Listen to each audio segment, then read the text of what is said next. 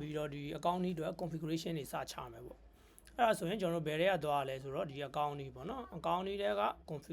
configuration နဲ့အရင်ဆုံးဘာစတင်မလဲဆိုတော့ channel account ဆိုတော့ကျွန်တော်အရင်စတင်မယ်ပေါ့နော်အဲ့မှာကျွန်တော်အရင်ဆုံး channel account တွေတည်တဲ့အခါမှာပေါ့နော်ဒီ down arrow လေးနဲ့ group ပိုင်း account type ဆိုပြီးစုလိုက်မယ်အဓိကတော့ဒါဘာကိုလေ့လာဖို့လဲဆိုတော့ဒါ account element တွေကိုကျွန်တော်ဒါလေ့လာဖို့အတွက်ထွက်တယ်ပေါ့အဲ့တော့ဒီမှာသက်ဆိုင်ရာ account element တွေရှိတယ်ကိုစောက်မဲ့စောက်ချင်တဲ့ channel account တွေကိုကျွန်တော်တို့ဒီ element တွေနဲ့ကိုက်ညီသွားကျွန်တော်စောက်ပေးဖို့လိုမယ်ပေါ့အဲ့တော့ကျွန်တော်ကနေယူခေါ်လိုက်မယ် name ပေါ့နော်ထားပါတော့မိမိကြိုက်နှစ်သက်ရပေးလို့ရမယ်ပြီးတော့ code ဆိုလဲအဲ့လိုပဲမိမိကြိုက်နှစ်သက်ရပေးလို့ရမယ်ပြီးတော့မှ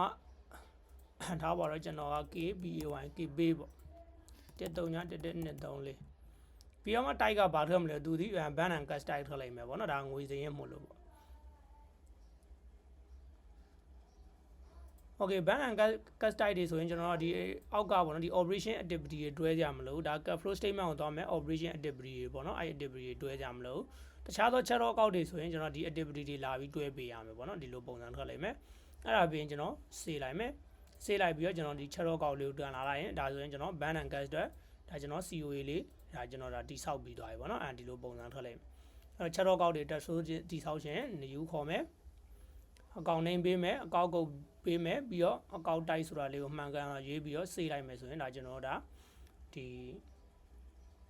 channel account တိဆောက်တဲ့အပိုင်းမှာပြီးသွားလိမ့်မယ်ပေါ့နော်အောင်လွယ်သွားနဲ့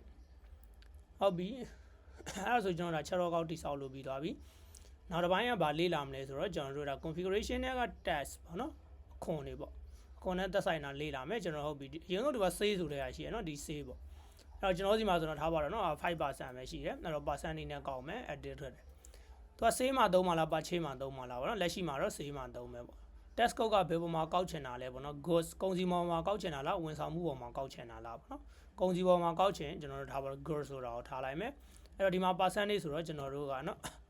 5% ဆိုတဲ့ဟာလေးကိုပဲရိုက်လိုက်မယ်ပြီးတော့မှဒီအောက်ကအကောက်ပေါ့နော်ဒီအကောက်ဆိုတဲ့နေရာမှာကျွန်တော်တို့ကဒါဒီ test ကိုမိမိကောက်ခံရရှိတဲ့အချိန်မှာပေါ့နော်ဘယ် ledger ထဲမှာထည့်ထားခြင်းတာလဲပေါ့နော်ကို holding လုပ်ထားခြင်းနဲ့ accounting ledger တစ်ခုကိုချိန်ပေးရမယ်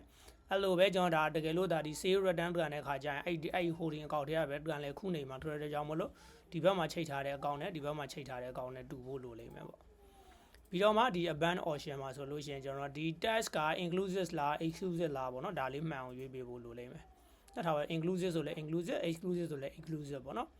ပြီးတော့မှဒီကောင်ကတော့ဒါပါ label တော့ invoice ပေါ့နော်ဒီ invoice ပေါ်မှာဘယ်လိုပေါ်ကျင်တာလဲပေါ့အဲ့တော့ကျွန်တော်ကဒီ test country က MYN MA ကငမာထွက်ရမှာပေါ့နော်စေးလိုက်မယ်အဲ့တော့ငမာဆိုတဲ့အချိန်မှာ test group မရှိဘူးပေါ့နော် test group မရှိရင်ကျွန်တော်ဒီမှာအဲ့ပါ commercial test 5% ဆို test group ကိုကျွန်တော်က create and edit လုပ်လိုက်မယ်ဒီ test country ကဘယ်တာလဲဆိုတော့ MYN MA ငမာဒီလိုပုံစံလေးထွက်လိုက်မယ်နော်โอเคအဲ့ဒါပြင်ကျွန်တော်ဒါစေးလိုက်မယ်ဆိုရင်ဒါ test တစ်ခုကိုဒါကျွန်တော် create လုပ်လို့ပြီးသွားပြီပေါ့ဒီ channel ဟာကျတော့เนาะမိမိလုပ်ငန်းလိုအပ်ချက်ရထပ်တိုးတည်ဆောက်လို့ရတယ်ဒါတက်ကို create လုပ်တဲ့အပိုင်းလေးပြီးတော့နောက်တစ်ခုကကျွန်တော်တို့ journal ပေါ့နော်ဒီ journal ဆိုတော့ဒါဟို Odoo လိုကတော့ကျွန်တော်တို့ day book စာအုပ်တွေပေါ့ day book စာအုပ်တွေ say day book ပါ chey day book စသည်ဖြင့်ဒီလိုပုံစံမျိုးကိုကျွန်တော်တို့က journal လို့ခေါ်တယ်အဲ့ဒါကအကောင့်ကြီးရဲ့ဒီ dashboard ပေါ်မှာပေါ်နေတာ၄တောက်အကွက်လေးတွေပေါ့နော်အဲ့ဒါတွေကကျွန်တော်တို့ကဒါ journal တွေပေါ့အဲ့တော့ပြီးကျွန်တော်က journal စောင့်မယ် journal စောင့်မယ်ဆိုတော့เนาะ configuration တွေက journal အဲ့ new ခေါ်မယ်ထားပါတော့ DEBRECRA deposition 0URL တွေက journal သူဒီဘယ် type လဲဆိုတော့ miscellaneous type ပေါ့နော်အဲ့တော့ကျွန်တော်ကဒီ sequence prefer မှာ DEB ဆိုတာလေးကိုကျွန်တော်ပေးလိုက်မယ်เนาะဒီ miscellaneous type တွေကကျွန်တော် default account တွေဒါချိန်ထားစရာမလိုဘူးပေါ့အဲ့ဒါဆိုရင်ကျွန်တော် save လိုက်မယ်ဒါဆိုရင်ကျွန်တော်ဒီ journal လေးပေါ့နော် day book စာအုပ်လေးတစ်ခုတိဆောက်လို့ပြီးသွားပြီဒါလေးကိုဘာလို့တိဆောက်လဲဆိုတော့ကျွန်တော်က fair set တွေကိုတန်ဖိုးလျှော့တဲ့အခါမှာဒီ deposition ဆိုတဲ့ဒီ journal စာအုပ်ထဲမှာတတိတတန့်လေးကျွန်တော်ကစုထားချင်တာမို့လို့ deposition ဆိုတဲ့ journal လေးကိုကျွန်တော်က create လုပ်လိုက်တာထွက်တယ်ပေါ့အဲ့လိုပဲမထွက်မနေစောက်ဖို့လိုအပ်တာက journal တွေလည်းရှိရပေါ့နော်အဲ့ကောင်ကဘယ်ဟာတွေလဲဆိုတော့ကျွန်တော်ဒီ channel account တွေက account တွေက account type ပေါ့ဟုတ်နော်ဒီမှာဆိုကြည့်လိုက်ကျွန်တော်ဒီမှာ ban and cash ဆိုပြီးဒါကျွန်တော်ငွေစင်း3ခုရှိတယ်တေချာပေါက်ဒီငွေစင်းတွေအတွက်ကျွန်တော်တို့က journal စောက်ဖို့လိုလိမ့်မယ်တခြား journal တွေကတော့ optional တွေပေါ့နော်စောက်လဲရတယ်မစောက်လဲရတယ်ဒီငွေစင်း3ခုရှိရင် journal 3ခုစောက်မယ်ငွေစင်း5ခုရှိရင် journal 5ခုစောက်ရမယ်ဒီလိုပုံစံထွက်လိုက်မယ်အဲ့ဒါဆိုကျွန်တော်ကြည့်မယ် ဒီမှာတော့ KB ရှိတယ် band ရှိတယ် cat restaurant ရှိတယ်เนาะအဲ့ channel တွေရှိလားကျွန်တော်တစ်ချက်ကြည့်လိုက်မယ်ပေါ့နော်ဒီမှာဆိုရင် band ဆိုတဲ့ဟာရှိရပေါ့နော် okay ကျွန်တော် channel တွေကိုလည်းတွားကြည့်လိုက်မယ်ဒီမှာ cat restaurant okay cat restaurant ဆိုတဲ့ channel လည်းရှိအဲ့တော့ကျွန်တော်ထဲမှာဘာမရှိဘူးလဲဆိုတော့ KB ဆိုတဲ့ channel မရှိဘူးပေါ့နော်အဲ့ဒါဆိုရင်ကျွန်တော်နေဦးခေါ်မယ် channel နဲ့မိမိကြိုက်တဲ့တက်ရပေးလို့ရမယ်เนาะပြီးတော့မှ type ထဲမှာတူတီဘာတိုက်လဲဆိုတော့ band type ထွက်လိုက်မယ်အဲ့တော့ဒီနေရာမှာ sequence preference နေရာမှာကျွန်တော်ကKPAY pay လို့မှတ်လိုက်ပြီးတော့မှဒီနေရာမှာ KB ဆိုတဲ့အကောင့်လေးနဲ့ကျွန်တော်ချိန်လိုက်မယ်စေးလိုက်မယ်ပေါ့နော်အဲ့ဒါဆိုလို့ရှိရင်ကျွန်တော်ရဲ့ဒီမှာ journal လေးတစ်ခုတိဆောက်လို့ပြီးသွားပြီအဲ့တော့ဒါလေးကို dashboard ပေါ်မှာကြည့်မယ်ဆိုလဲဒီမှာနော် KB ဆိုတဲ့ journal လေးပေါ်နေလိမ့်မယ်ဒါတွေကတော့ဒါ O2 မှာဆိုတာ day book စာအုပ်တွေပေါ့နော်ဒီလိုပုံစံထွက်လိမ့်မယ်ဒါတွေကတော့မိမိလုပ်ငန်းလိုအပ်ချက်ရဒါကျွန်တော်တို့ create လုပ်ရင်လည်း dashboard တိဆောက်လို့ရတဲ့အပိုင်းလေးတွေပေါ့ဟုတ်ပြီနောက်တစ်ခုကဘာလဲဆိုတော့ကျွန်တော်တို့ကဒါ currency ပေါ့နော် multi currency တွေသုံးဖို့လိုတဲ့လုပ်ငန်းတွေမှာသုံးလို့ရအောင် currency အဲ့တော့ကျွန်တော်ကထားပါတော့ USD ကိုကျွန်တော်သုံးချင်တယ်ပေါ့နော်သုံးချင်တယ်ဆိုရင် USD ကို search box မှာရှာလိုက်မယ်ရှာပြီးတော့ update ဆိုတဲ့ဟာလေးလုပ်လိုက်မယ်အဲ့ဒါဆိုစပြီးသုံးလို့ရမယ်ပြီးတော့မှ add a line ပေါ့နော် add a line ဒီနေ့ exchange rate ထည့်မယ်ထားပါတော့ဒီနေ့4500ပေါက်တယ်ပေါ့နော်နမူနာ MMK per unit မှာကျွန်တော်တို့ကဒီ4500ဆိုတာထည့်လိုက်မယ်အဲ့ဒါပြီးတော့ဒါပါတော့ကျွန်တော်တို့စေးလိုက်သူက exchange rate ကတော့ဒီတရက်မှာ exchange rate တစ်ခုထည့်ပြီးတော့ကျွန်တော်တို့ဒါသုံးလို့ရတယ်ပေါ့နော်ဒီလိုပုံစံထွက်လိမ့်မယ်အဲ့ဆိုရင်ဒါကျွန်တော် secondary currency အနေနဲ့ဒါကျွန်တော်တို့တွေကဒီ USD ကိုသုံးတာပေါ့နော်ကျွန်တော်တို့ function တွေကတော့ဗာလဲဆို MMK ပဲထွက်မယ် secondary ကတော့ဒါ USD ဆိုတဲ့ဟာလေးထွက်လိုက်မယ်ဒါအားသာ USD အကောက်အားသာပေါ့နော် currency အကောက်တွေလည်းကျွန်တော်ထပ်တိုးသုံးလို့ရတယ်ဒီပါဆိုဘယ်နှခုပါလဲဆိုတော့ကျွန်တော်တို့စုစုပေါင်း100နဲ့မှ80ပါတယ်ပေါ့နော်ဒီလိုပုံစံထွက်လိုက်မယ်စုပေါင်းအကောက်100နဲ့မှ80ပါတယ်ဒီလိုပုံစံလေးထွက်လိုက်မယ်ဟုတ်ပြီဒါဆိုလို့ရှိရင်တော့ကျွန်တော်ဒါ currency တွေဒါလုပ်ငန်းလိုအပ်ချက်ရဒါထည့်သွင်းပြီးတော့ကျွန်တော်တို့ဒါတိဆောက်ပြီးတော့ဒါသုံးလို့ရတဲ့နီလန်လေးပေါ့ဟုတ်ပြီနောက်တစ်ခုကဘာလဲဆိုရင်ကျွန်တော်တို့ကဒီမှာ access model ပေါ့နော် access model တွေကျွန်တော်တို့ဒါသုံးမယ်ပေါ့အဲ့တော့ access model သုံးမယ်အဲ့တော့ access model သုံးမယ်ဆိုရင်ကျွန်တော်တို့ကဘာလို့လဲဆိုတော့ဒီ access class တစ်ခုမှာပေါ့နော်ဒီ COA ချက်တော့ကောက်3ကောက်ရှိဖို့လိုအပ်လိမ့်မယ်အဲ့တော့ကျွန်တော်ဘာရင်စောက်မလဲဆိုတော့ကျွန်တော်ချက်တော့ကောက်ရင်စောက်မယ်နော်အဲ့တော့ configuration တွေကချက်တော့ကောက်နေယူခေါ်လိုက်မယ် COMPUD computer accessory ဒါပါတက်3ညတက်ပေါ့နော်အဲ့တော့သူ့ကိုကျွန်တော်ဘယ်ထဲမှာထဲမှာတော့ non current asset ပေါ့စာသေးရရတယ်ဒီ error box လေးကြားလိုက်ကျွန်တော်ပိတ်လိုက်ပေါ့နော် non current asset ဒါမှမဟုတ် free asset ဒါကြိုက်နေတဲ့အစဉ်တွေထဲမှာထည့်ပေါ့နော်ဒီကောင်ဆိုရင် investor and external activity ပေါ့နော်ဒီလိုပုံစံလေးတွေထွက်လိုက်ဟုတ်ပြီအဲ့ဒါကိုပဲကျွန်တော်ဘာလုပ်လိုက်မလဲဆိုတော့ duplicate လုပ်လိုက်မယ်လုပ်ပြီးတော့ဒီကောင်ကကြတော့ဘာလဲဆိုတော့ accumulated depreciation ပေါ့နော်computer and accessory ဒီလိုပုံစံထွက်လိုက်မယ်โอเคဒီကောင်ကတော့ဘယ်လဲဆိုတော့ operation activity တွေကိုသွားလိုက်မယ်ဟုတ်ပြီဒီကောင်ကိုပဲကျွန်တော်နောက်ထပ် duplicate လုပ်မယ်ဒါကဘာလဲဆိုတော့ depreciation computer and accessory ဒီကောင်ကကျတော့ free access type မဟုတ်တော့ဘူးသူမှာ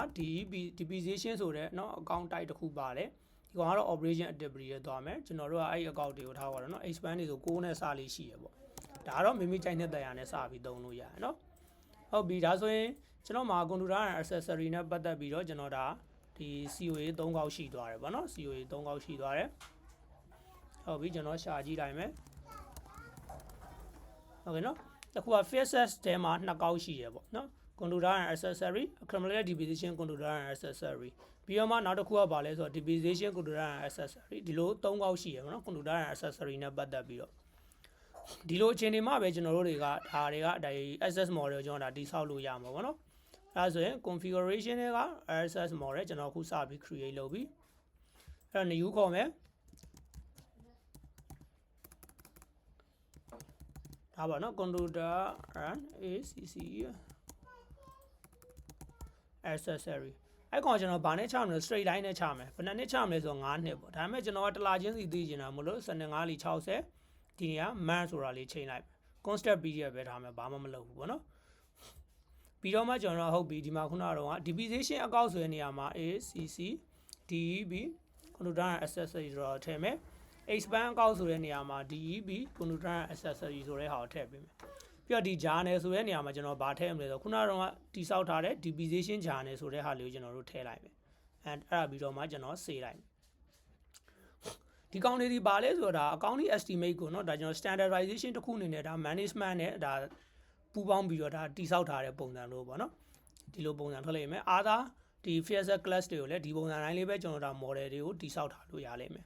ဒါ register လုပ်တဲ့အပိုင်းတော့မဟုတ်သေးဘူးဒါကျွန်တော်ဒါ model တိစောက်တဲ့အပိုင်းပဲရှိသေးတယ်ပေါ့เนาะ standard တစ်ခုအနေနဲ့ဒါချမှတ်တဲ့အပိုင်းလေးပဲရှိသေးတယ်အဲ့တော့ကျွန်တော်တို့ဒီအကောက်3ကောက်လိုမယ်ဆိုတာလေးကိုသတိထားဖို့လိုမယ်ပေါ့ဟုတ်ပြီနောက်တစ်ခုကကျွန်တော်ဘယ်သွားမလဲဆိုတော့ကျွန်တော်တို့က product category ပေါ့နော်product category ဆိုလို့ရှိရင်လည်းအဲ့လိုပုံစံမျိုးပဲ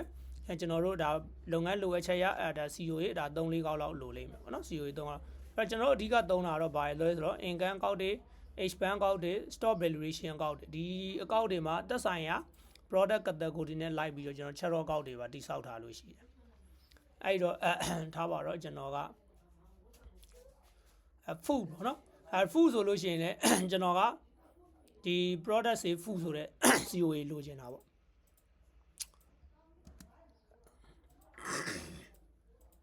အဲ့ဒါဆိုရင်ကျွန်တော်ကဒီမှာထားပါတော့ဒီကောင် COA ကိုကျွန်တော် food လို့ချိန်လိုက်မယ်ပေါ့နော်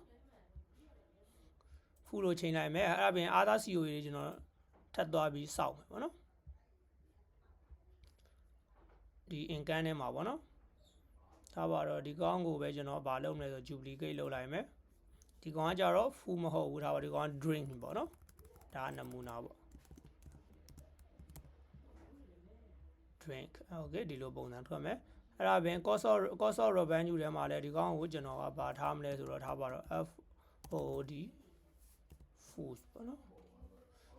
အဲ့ဒီကောင်ကိုပဲကျွန်တော်ဒါ duplicate လုပ်မယ်ဒီကောင်ကို COGS DRINK string ပေါ့နော်ဒါနမူနာပေါ့ဟုတ်ပြီဒါဆိုကျွန်တော် food ဆိုရင်လည်း food နဲ့သက်ဆိုင်တဲ့ဒါ income ကောက် expand ကောက်ပြီးတော့ valuation ကောက်တွေစောက်မယ်ပေါ့နော်ဒါဒီထဲမှာ current asset ထဲမှာနော်ဒီ stock valuation ကိုကျွန်တော်ကဘာလို့တောင်းလိုက်လဲ FOODS food လို့ချိန်လိုက်မယ်ဟုတ်ပြီအဲ့ကောင်ပဲနောက်ထပ်ကျွန်တော် duplicate လုပ်လိုက်မယ်ဒီတစ်ခုတော့ကျွန်တော်ဘာလုပ်မလဲဆိုတော့ drink လို့လုပ်လိုက်မယ် drinks okay ဒီလိုပုံစံလေးထွက်လိုက်မယ်ပေါ့နော်ဟုတ်ပြီဒါဆိုရင်ဒါကျွန်တော်မှာသက်ဆိုင်ရာ category တွေเนาะကျွန်တော် chart ကောက်တွေဒါရသွားပြီပေါ့အဲဒီတော့ကျွန်တော် product category ကိုပြန်လာမယ် food food မှာဆိုရောက်ပြီ product say food stock variation food ဒီ expand မှာဆိုကျွန်တော် FOODS เนาะcost of goods sold food ပေါ့เนาะဒီလိုပုံစံထွက်လိုက်မယ်ဟုတ်ပြီကျွန်တော်နောက်တစ်ခု DRINKS drink ဆိုလို့ရှိရင်လည်း DRINKS နောက် say drink COGS drink ဒီမှာဆိုလို့ရှိရင်လည်း stock variation drink ဒီလိုပုံစံမျိုးလေးတွေကျွန်တော်တိစောက်တယ်ပေါ့နော်အဲ့တော့ဒီမှာကျွန်တော်တို့ဘာတစ်ခုရှိလဲဆိုတော့costing method ပေါ့နော်ကျွန်တော် FIFO သုံးမလား average သုံးမလားပေါ့နော်ကျွန်တော်တို့ average သုံးတယ်ပြီးတော့ periodic invoice ကိုကျွန်တော် perpetual ဆိုတဲ့ဟာကိုထားမယ်ဟုတ်ပြီအဲ့လိုပဲ food ဆိုလို့ရှိရင်လည်းအဲ့လိုပဲဒီ average ထားမယ် perpetual invoice ရင်เนาะဒီလိုပုံစံထားလိုက်မယ် okay ဒါဆိုလို့ရှိရင်ဒါကျွန်တော်တို့တွေကဒီ product တွေပေါ့နော်ဒါ product category ပေါ့တိစောက်တဲ့အပိုင်းလေးပြီးသွားလိမ့်မယ်ဒီ product category ကဘယ်လိုအရေးကြီးလဲဆိုတော့ဒါ inventory နဲ့ account ကိုချိတ်ဆက်ပေးမယ်ပေါင်းကူတရားပဲပေါ့နော်ဒီမှာကျွန်တော်တို့ချမှတ်ထားတဲ့ဒီ costing method တွေဒီ ledger တွေမှားနေမယ်ဆိုလို့ရှိရင်တော့ကျွန်တော်တို့ဒီတခြား app တွေကနေဒီ product တွေကိုရောင်းတဲ့အခါဝယ်တဲ့အခါမှာကျွန်တော်တို့ဒါ accounting report တွေကမှားယွင်းစွာစာရင်းတွေဝင်သွားလိမ့်မယ်ပေါ့နော်အဲ့ဒါလေးတော့ရှိရပေါ့အဲ့ဒါလေးကိုသတိထားလိုက်လို့ရှိရင်တော့ကျွန်တော်တို့နောက်ပိုင်းကိစ္စတွေမှာလွယ်လွယ်ကူကူနဲ့အဆင်ပြေသွားလိမ့်မယ်ပေါ့